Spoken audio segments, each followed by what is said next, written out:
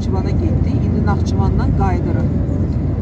Birincisi deyirlər, Azalı seçdiyiniz üçün təşəkkür. Yox, sizə təşəkkür düşür ki, sizə, yəni konkret Azalı nəzərdə tutmuram, amma yəni insanların başqa çarəsi yoxdur da. Yəni Azalın təyyarəsinə gedib gəlməkdən başqa quru sərhədlər bağlıdır, aydındır, buna okey təhlükəsizlik məsələsidir.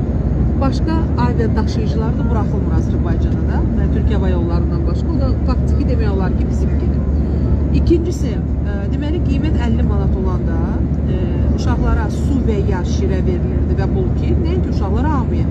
İndi qiymət 60 manatdır. Birincisi, su da Naxçıvana gedib gələn təyyarədə xüsusilə sirap və ya badamlı olmalıdır. Yəni başqa sudan söhbət gedə bilməz.